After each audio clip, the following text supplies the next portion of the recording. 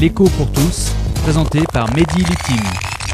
Madame, monsieur, bonjour. Alors, les élections européennes n'ont pas été très bonnes.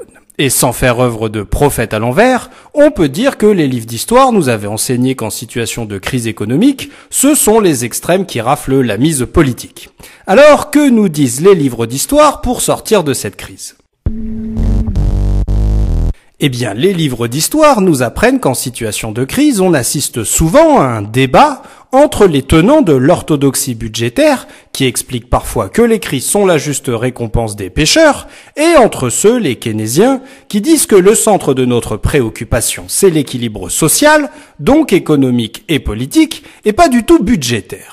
Alors, à la télé, à la radio, les tenants de l'équilibre budgétaire, souvent, mais c'est peut-être qu'un hasard assez peu touché par la crise, défendent l'équilibre budgétaire théoriquement parce qu'il ne faut pas que l'État prenne trop de place dans une économie, parce que l'État produit mal, en tout cas beaucoup moins bien que les entreprises libres dans un monde libre.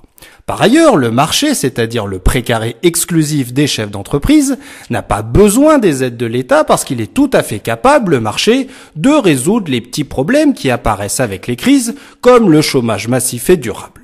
Le marché, en fait, quand il est libre, il s'équilibre tout seul, T4T. Enfin, l'État ne doit pas trop dépenser en période de crise, c'est l'histoire du déficit budgétaire qui ne doit pas dépasser les 3% du PIB, sinon l'État va devoir emprunter tellement d'argent sur les marchés financiers que les entreprises ne vont plus pouvoir facilement emprunter à leur tour sur ces marchés. LOL. Mais d'autres personnes, inspirées par Keynes et par Roosevelt notamment, pensent qu'en fait l'équilibre budgétaire, on s'en fout, et ce pour plusieurs raisons. Déjà parce que les arguments susdits ne tiennent pas vraiment la route, mais aussi parce que ce qui compte dans la vie, les Américains l'ont bien compris, c'est pas que les comptes soient équilibrés, mais c'est que les chômeurs bossent et que les familles aient des perspectives d'avenir. Et pour ce faire, le seul chiffre pertinent est celui du nombre de chômeurs en capacité de produire et qui ne produisent rien d'autre que de la colère et du désespoir.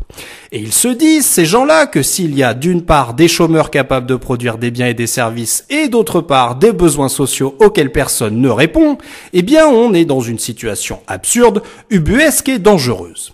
Et ce keynésien, ami de Roosevelt et de Keynes, il se dit que l'acteur essentiel de cette lutte contre le chômage, ça doit être l'État qui est le représentant de l'intérêt public et qui a plein d'informations et un gros réseau à sa disposition. Et cet État doit soit lui-même employer les chômeurs, soit passer autant de commandes possibles aux entreprises afin de lutter contre ce chômage et ses conséquences politiques. Mais où trouver l'argent ? Comment trouver l'argent ? Alors ça pourrait être en augmentant les impôts des plus aisés, mais ça fait des énervés, notamment à la télé et à la radio, et en plus ça réduit la demande. Du coup, la technique a été d'emprunter sur les marchés financiers.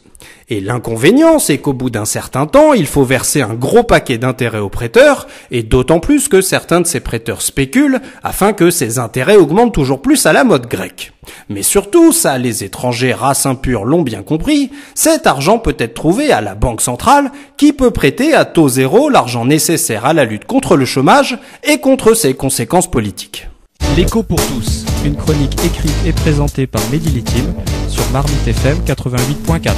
Vous pouvez nous contacter pour réagir à cette chronique sur marmitefm.canalblog.com.